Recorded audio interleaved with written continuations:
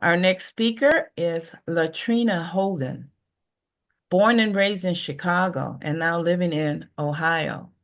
This proud mom of one daughter is a true serial entrepreneur with a passion for turning ideas into reality. From running a private practice and owning a bakery to launching a media company, she wears many hats and wears them well.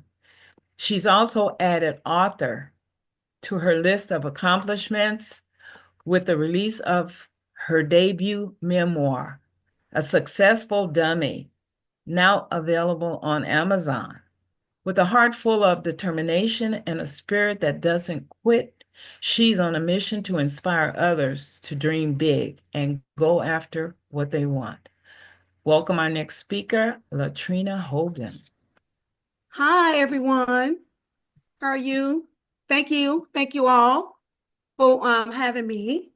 It's a pleasure and honor for you guys to have allowed me to do this. I so appreciate that, Doc. Thank you, Dr. Lawana, and all the speakers before me. I loved all the messages. Very, very insightful. To share a little bit about me, she mentioned a lot about me, and one of my greatest joys in life is when I completed college. And that's not for everyone. I'm just saying for me. When I completed college, that was one of my greatest joy to become an occupational therapist. And I didn't think I would be here because of my past. I never thought I would get to my next level of greatness. And that's kind of what I want to talk about, like faith, fight the fight. Fight with faith, you got to fight. So one of the things I want to talk to you about is I believe no matter where you come from in life, what obstacles you face, or what dreams God has placed in your heart, you have to fight in faith to receive the best in life. You have to. You know, that's God's will for you. But sometimes we give up, we get distracted, we worry about things that happened in our past, things that may have hurt us. And I want to mention a Bible verse, if you guys don't mind.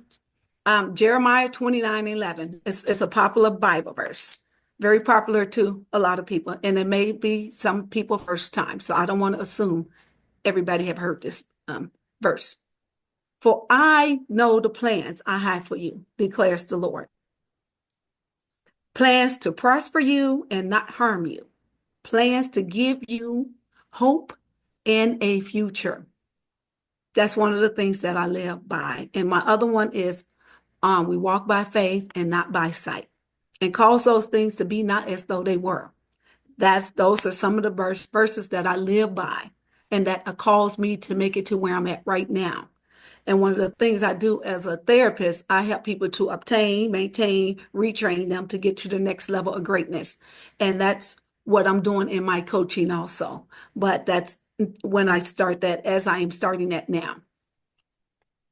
But one of the things I want to go over a little bit of my history and some of the things that I dealt with in my past. And some of the ladies have already mentioned it. I was mentally abused, sexually abused, physically abused. I had all the abuses. And then we were poor too. So I guess that, not that my parents could help that. It was just how I was at that time. Unfortunately, that's just how I was.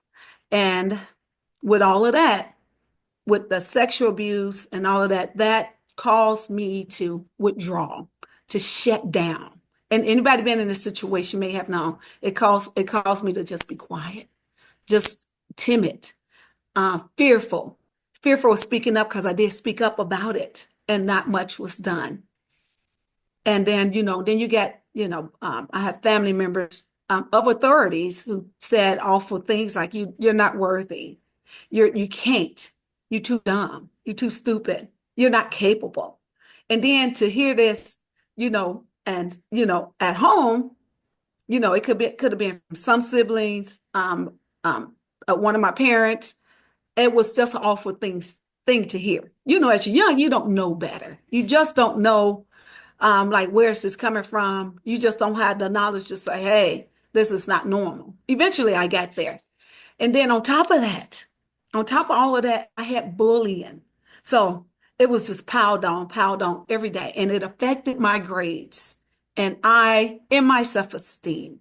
And it affected who I thought I was, who I thought I was. And what I thought I was, that I was not capable. I thought I couldn't get certain things. And when even when my last year of high school, um, that became one of my turning points in my life. My coach, I was a track star of the school. With the bullying, it slowed down just a tad bit. And as that slowed down, I became a little bit more popular because I was the track star at that school at that time. And as I I was like, you know what? I know my grades are low. They were D's. I can tell you all what my grades were. They were in the D's. But I was like, this year I'm gonna push it. I never thought I can push myself because I was told I couldn't. I'm not smart enough. You're not capable. And my coach used to call us, myself and one other student, dummies and stuff like that. And do you know, he threw all of my scholarships away in my face. He said, these are dummies for dummies. Dummies do not go to college, and you're not college material. Mm. And you know how hard that can hit somebody, but you had to be a strong soldier. And at that time, it did hurt my feelings. It did hurt my feelings. I didn't know that I could redshirt. I didn't know that because I didn't have anybody fight for me to say that, hey, you can redshirt, you can stay out a year. But by the grace of the good Lord, I did get my grades up, but they were still low. I ended up attending a junior college. So that changed my life. That changed my life to the point of, I got out that environment. I was still at home for a little bit, but it changed my life that I got around like-minded people, positive people, people who want to make a difference. I'm like, I'm like, because, they told me college was hard. It was just awfully hard. And guess what? And my grades end up getting up there, but it wasn't like super high. I just still, because I never really fully pushed myself to the extreme. So I was an average student, maybe a C plus student at that time. And I graduated from there. And then I end up getting a scholarship by the grace of the good Lord, by the grace of the good Lord. He gave me that, I got a scholarship. And once I got that scholarship, I was elated. And at that time, I went to business administration, but I changed that. At the director of the occupational therapy program, he saw me, and he said, I like the way you talk. He said, you will make a great OT. Little did I know there would be a lot to pay to be in that medical program. When I got into the professional part of it, oh my God. It was unbelievable, unbelievable, stressful. And then I had my child, my daughter. Right before that, I had to take off a little time here and there because I had my daughter. So just everything started to come. Just, just like, how am I going to finish this program? Is this even possible? Is it possible? But there's a God. And it was possible because some of the teachers told me, I don't think you should be a therapist. It's like one teacher had a problem, then it got like a little rumor. Then, when one thing starts, another thing. It's called a spread factor. And the spread factor is, you think somebody, let's say they're blind, but you think they can't hear. So you see one problem, then they make it like you have more problems. So that kind of rolled on. And I just like, it was just so stressful. I was at the point, I just like, I'm ready to give up. And I had a guy friend that came to me. He said, I know a friend of a friend. Um, he said, I knew him through when he was on drugs at that time. Well, the person wasn't on drugs at that time, but he knew somebody through a rehab. And that's how I was able to talk to him. And this is how I learned to humble myself. And I had to learn how to have that faith. And from there, this guy said a prayer for me because I had a test. The director told me, if you don't pass this test, I'm going to put you out the program. And I'm just like, I'm ready to go. I'm just tired. I don't want to do this anymore. I'm just tired. And I was like, even though I was like this close to finishing, and I said, I rarely give up on anything because I'll fight to the end. But then I finally said, I'm going to listen to this guy. And I said, you want me to listen to a deacon who's a crackhead? I'm just telling you what I said at that time. I was young. I didn't know. And I was like, okay, I listened to him because you never know who can change your life. That man changed my life From that moment, he prayed for me. He said, like, do you know who you are? You know how valuable you are? He dug into like who I was. He's like, don't you let nobody tell you who you are. You go in there, you got to pass that test. He prayed a prayer for me. I can't even imagine. So you never judge a book by its cover. And I rarely judge somebody, but I just like, how can this guy even get me to this level, of thinking? I went in there, my confidence that night was like on 10. I went in there and passed that test with like 90%. Like, I say, I know there's a God. But with that said, um, I learned, you got to fight the fight. You got to believe in yourself. You had to have faith. That night I learned how to have faith, and I humbled myself too at the same time. So it was a learning lesson for me. I learned to because I was compared when I was younger, never compare myself. Celebrate your wins. Start from now.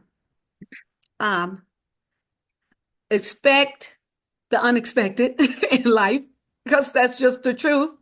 And never believe that you can't achieve something because somebody told you you can't. You're not capable. Never, ever, ever, ever believe that. So I want to leave you guys with some nuggets. So I got some parts I want to go over. The fight is real, but so is God's promise. Many of us believe if we follow God, things are going to be easy in life. No, but that's not what God's words tell us. Every great victory comes with opposition. The enemy wants to discourage you, distract you, and make you doubt God's plan for your life. This means that the battle you're facing right now isn't just about circumstances, it's spiritual. But the good news, God has already equipped you to win. I have 5 of these. Faith, number 2. Faith is your greatest weapon.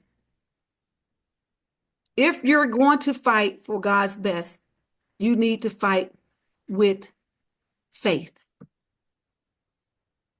Without faith, it is impossible to please God because anyone who comes to him must believe that he exists and he will reward those who earnestly seek him. So if you're looking for something, just pray about it.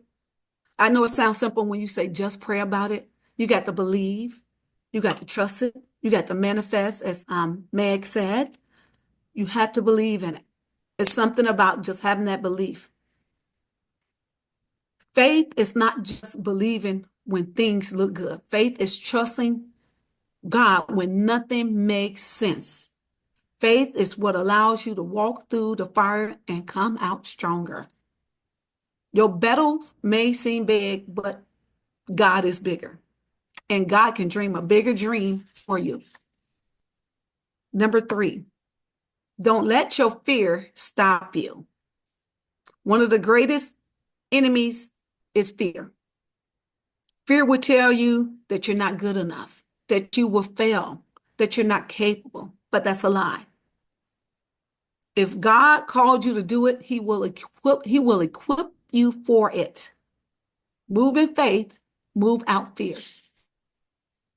Number 4, keep pushing even when it's hard. Success does not happen overnight.